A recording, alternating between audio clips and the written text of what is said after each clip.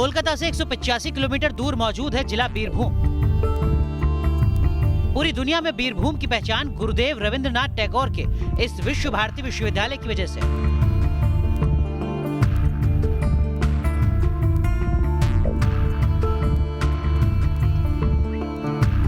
वो यूनिवर्सिटी जो पूरी दुनिया को सत्य और अहिंसा का संदेश देती है। उस बीरभूम जिले की पहचान अब बंगाल के बॉम्ब कैपिटल के तौर पर बन गई है।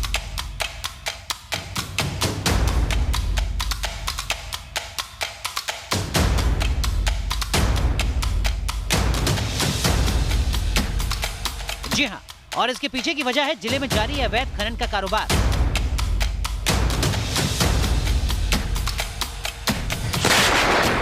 अब आपको बताएंगे बीरभूम के बॉम्ब कैपिटल बनने के पीछे की वजह क्या है अवैध खनन का कनेक्शन।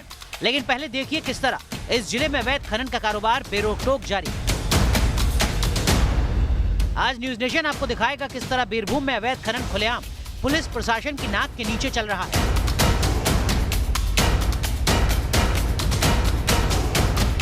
सबसे पहले देखिए न्यूज नेशन रिपोर्टर ने अपनी कार के डैशबोर्ड पर एक खुफिया कैमरे के जरिए जो कुछ शूट किया उसमें क्या हुआ। तरह से बनाया गया है ताकि आम लोग यहाँ तक नहीं पहुँच पा रहे। ये आखिरी तक जहाँ ये खत्म होगा ये सीधे तौर पर बालू का खदान है।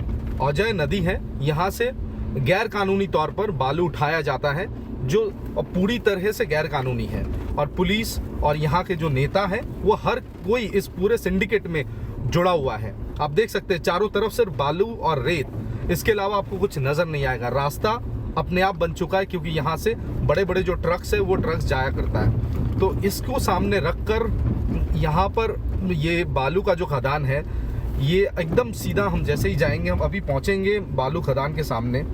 यहाँ से बालू आए दिन उठाया जाता है और इसको लेकर विवाद होता है और इस विवाद को रोकने के लिए यहाँ पर बम का इस्तेमाल होता है, खास तौर पर बम और देसी कट्ठा।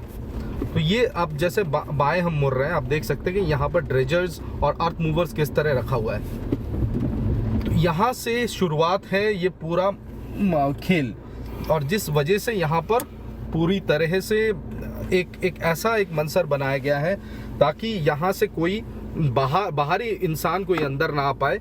और इन छोटे छोटे जो घर है यहाँ पर बाकायदा कॉन्ट्रैक्ट के तौर पर रखा जाता है। हम आपको आगे जाकर और दिखाएंगे। यहाँ पर ये जो मशीनरीज रखे हुए हैं, जो अर्थ मूवर्स है, जेसीबी मशीन है, इनको बाखूबी इस्तेमाल किया जाता है ये नदी से रेत उठाने के लिए। फिलहाल नदी में पानी नजर आ रहा है इसलिए ये अर्थ मूवर्स के ऊपर रखा गया है। लेकिन यहाँ पर एक पल के लिए भी अगर किसी को भनक पड़ा कि यहाँ पत्रकार आए हैं और यहाँ पर ये विजुअल्स करने की कोशिश कर रहे हैं तो यहाँ लेने को देने पड़ सकते हैं, यहाँ तक कि हमें अपने जान से भी हाथ गंवाना पड़ सकता है। ऐसी स्थिति यहाँ पे बीरभूम का सिर्फ ये इलाका नहीं, तमाम इलाका जो नदी से सटा हुआ है पूरे जगह पर यही हाल है। हम आपको आगे दिखाएंगे, लोगों से बात करने की कोशिश करेंगे यहाँ पे जो है वो क्या करते हैं यहाँ पे और यहाँ पर वो क्या कर रहे हैं, कोशिश करेंगे कि उनकी जुबानी हम आपको बताएं। अब तक आप ये समझ चुके होंगे कि बीरभूम की इस अजय नदी में रेत और बालू का कारोबार हो रहा है। इसके लिए बाकायदा जेसीबी, अर्थ मूवर, ड्रेजर जैसी बड़ी मशीनों का इस्तेमाल किया जा रहा है।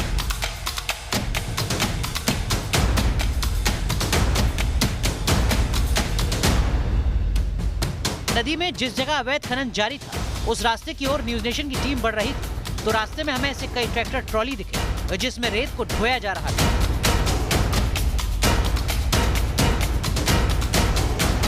इसके बाद हम उस जगह पहुंचे जहां से रेत का अवैध खनन हो रहा था। यहाँ कहीं कहीं रेत का अंबार दिखा, कुछ कच्ची झोपड़ियां थी, साथ ही नदी किनारे इस अवैध धंधे से जुड़े लोगों की मोटरसाइकिल्स खड़ी हुई।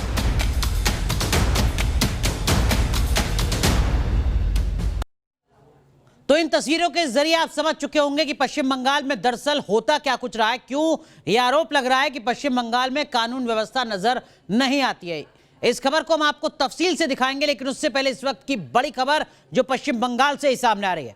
पश्चिम बंगाल में ममता बनर्जी को एक और बड़ा झटका लगा है। राजीव बनर्जी ने अपने पद से इस्तीफा दे दिया है। राजीव बनर्जी ममता सरकार में वन मंत्री की जिम्मेदारी संभाल रहे थे, जिस पद से उन्होंने इस्तीफा दे दिया है। और इसका सीधा मतलब यह है कि राजीव बनर्जी भारतीय जनता पार्टी में शामिल हो सकते हैं। इस तरीके की अटकलें और ज्यादा तेज हो चुके हैं। इस वक्त की बड़ी खबर हम आपको बता रहे हैं, एक के बाद एक तमाम जो तृणमूल कांग्रेस के बड़े नेता हैं, और सिर्फ बड़े नेता ही नहीं बल्कि ममता सरकार के जो मंत्री रहे हैं वो भी है, वो ममता बनर्जी का साथ छोड़ रहे हैं, टीएमसी का साथ छोड़ रहे हैं। और अब उसी लिस्ट में एक और नाम जुड़ा है पश्चिम बंगाल के वन मंत्री राजीव बनर्जी का, जिन्होंने अपने पद से इस्तीफा दिया है, राज्यपाल को इस्तीफा सौंपा, साथ ही साथ टीएमसी को भी सूचित किया।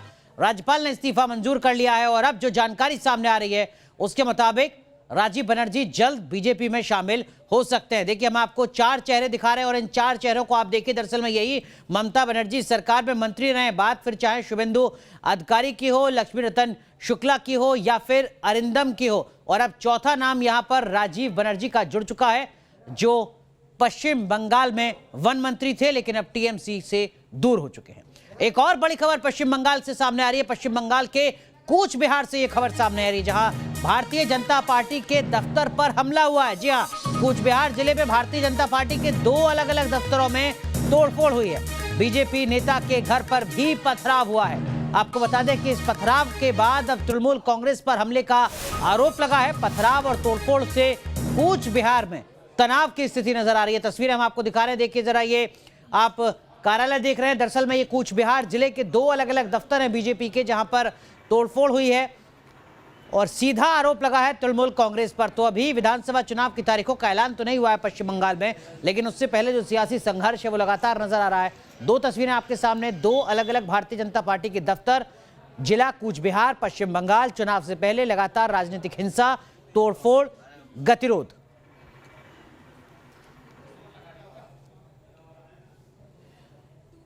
चलिए, तो बंगाल से जुड़ी इस वक्त की 2 बड़ी खबर तो आपने देख ली। अब हम आपको दिखाते हैं वही खबर जो हमने आपको शुरुआत में बताई थी, जिसके बाद सवाल खड़े हो रहे हैं पश्चिम बंगाल की सरकार पर।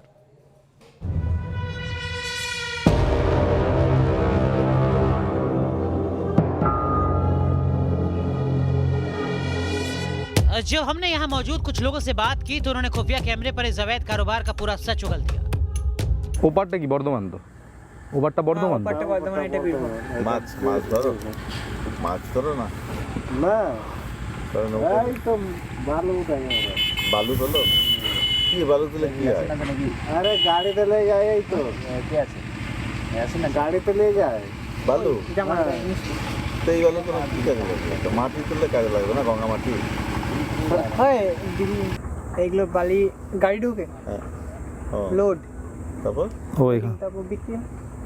আচ্ছা, এইখান থেকেই বালি, মানে কলকাতাতেও এখান থেকেই বালি যায়। হ্যাঁ, এখন কলকাতা মালদা আচ্ছা, মালদাও যায়? মালদা যায়, মালদার মুর্শিদাবাদ। আগে যায়, কত যায়, মুর্শিদাবাদ, অনেক লম্বা লম্বা যায়। এমএসটি।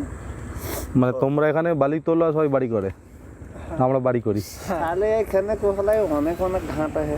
হ্যাঁ, তাহলে তোমাদের বিরাট ব্যাপার, তোমাদেরই এটা ব্যাপার, তোমরাই চালাও। না এটা নৌকা আলাদা আছে মালিক। ঠিক। এইখানকার ঘাট মালিক ঘাট মালিক আলাদা। जाहिर है अवैध खनन का ये कारोबार बिना राजनीतिक पहुंच के मुमकिन नहीं है, तो वहीं इलाके में वर्चस्व बनाए रखने के लिए हथियार और गोला बारूद की जरूरत पड़ती है। यही वजह है कि अवैध खनन के इस कारोबार को चलाए रखने के लिए इलाके के घर घर में बम फैक्ट्री खुल गई और ये पूरा इलाका एक तरह से बंगाल का बम कैपिटल बन गया। आपको बताते हैं कि किस तरह पिछले कुछ सालों में बीरभूम में बमबारी की घटनाएं तेजी से बढ़ी हैं। तो बीरभूम को कैपिटल ऑफ बॉम्ब आखिर क्यों कहा जा रहा है? बॉम्ब की कैपिटल बंगाल की बीरभूम आखिर क्यों कही जाती है, ये हम आपको बताते हैं जरा आंकड़ों के जरिए, तारीखों के जरिए। दरअसल में देखिए, बीरभूम की पहचान अब तक अलग रहा करती थी, पश्चिम बंगाल में नहीं बल्कि पूरी दुनिया में, क्योंकि बीरभूम की पहचान थी रविन्द्रनाथ टैगोर। लेकिन अब देखिए, बीरभूम को कहा जा रहा है बॉम्ब कैपिटल ऑफ बंगाल। 21 अप्रैल 2017 अवैध खनन को लेकर 2 गुटों में बमबारी होती है। ये हम 2017 की तस्वीर आपको दिखा रहे हैं। 7 लोगों की मौत होती है और बड़ी संख्या में लोग यहां पर घायल होते हैं। 2 साल बाद 11 अक्टूबर 2019 अवैध खनन को लेकर फिर 2 गुटों में बमबारी होती है। ये हम 2019 की तस्वीर बता रहे हैं, जहां पर 3 महिला समेत 4 लोग जख्मी होते हैं। 4 सितंबर 2020 यानी उसके अगले साल अवैध खनन को लेकर फिर 2 गुटों में बमबारी होती है।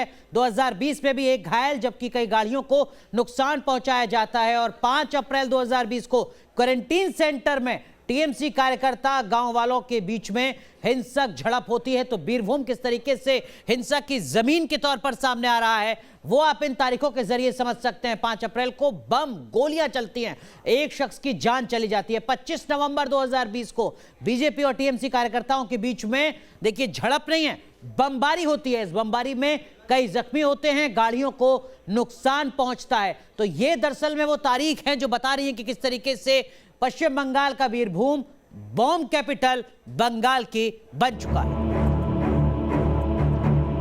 अब आपको दिखाते हैं किस तरह बंगाल में बम जमीन पर बनते हैं और खजूर पर अटकते हैं। बंगाल के इस इलाके में खजूर के रस निकालने का कारोबार जमकर होता है और घरों में बनने वाले बमों को इन्हीं खजूर के पेड़ों पर छिपाकर रखा जाता है। इलाके के लोगों का कहना है कि खजूर के इन पेड़ों पर लगे इन पॉट्स में छिपाकर रखे बम पुलिस प्रशासन की नजर में नहीं आते। जब भी असामाजिक तत्वों को बम की जरूरत होती है तो वह आसानी से बम को उतार कर उसका इस्तेमाल करते हैं। लेकिन यहाँ हम आपको बता दें कि पुलिस ने अब तक ऐसे किसी बम की रिकवरी नहीं की है। तो समझना आपको यह भी जरूरी है कि बीरभूम में जो खजूर के पेड़ हैं वहां से हो सकता है कि पश्चिम बंगाल की पुलिस को अब तक कोई भी बम या उससे जुड़े कोई लिंक ना मिले हों, लेकिन लगातार बीरभूम से जो देसी बम है या फिर बम का जो कनेक्शन है वो सामने आता रहा है। और किस तरीके की तस्वीरें जरा आंकड़ों के जरिए, तारीखों के जरिए हम आपको यहाँ पर बताते हैं। देखिए बीरभूम की हम बात कर रहे हैं, जुलाई 2015 10 देसी बम बरामद किए जाते हैं जुलाई 2015 में। जुलाई 2019 में ठीक 4 साल के बाद 100 से ज्यादा देसी बम बरामद होते हैं, जब्त किए जाते हैं बीरभूम में। जुलाई 2019 में अवैध गोदाम से देसी बम के 3 ड्रम जब्त किए जाते हैं। तो आप हालात समझ सकते हैं किस तरीके के बीरभूम के हैं। फरवरी 2020 में 3 जगहों से एक साथ कई देसी बम जब्त किए जाते हैं। तो सिर्फ एक जगह नहीं है बल्कि अलग अलग जगह से लगातार बीरभूम में इस तरीके से देसी बम लगातार बरामद होते रहे हैं, जो बड़ा सवाल खड़े करते हैं बीरभूम की पहचान के लिए।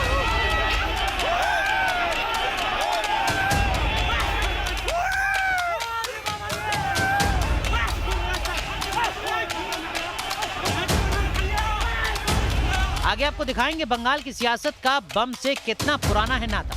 लेकिन अब आप इन 2 तस्वीरों को देखिए।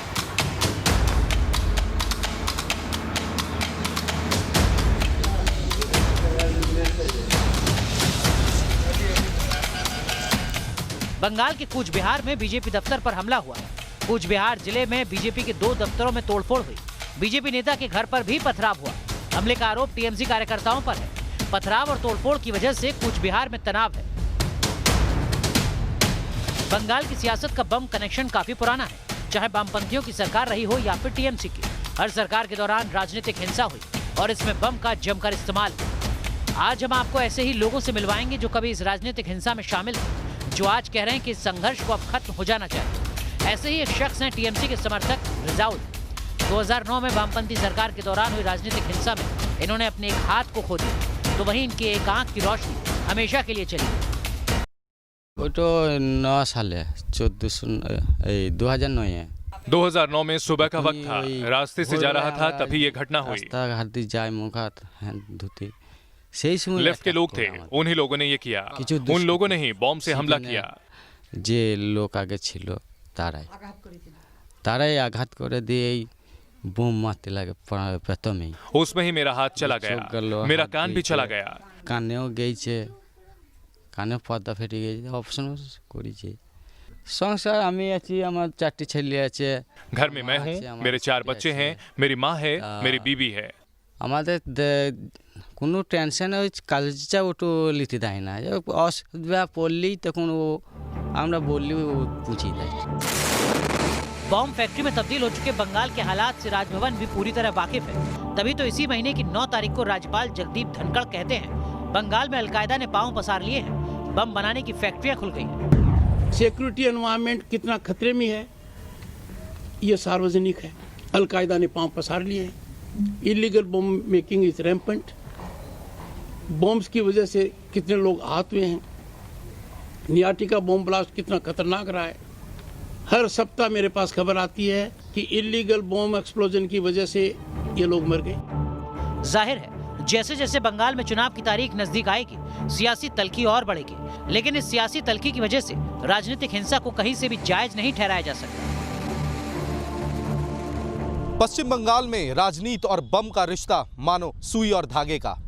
अपने वर्चस्व को कायम रखने के लिए समय समय पर राजनीतिक दलों ने इन बमों का इस्तेमाल किया है और जो पीड़ित है उन्हें भी बाखूबी आज समझ आ गया कि इन बम से कभी कोई समाधान नहीं हो सकता। लिहाजा अब फैसला राजनीतिक दलों को करना है। वीडियो जर्नलिस्ट सुमित सरकार के साथ तपस्या गुप्ता, न्यूज़ नेशन, बीरभूम।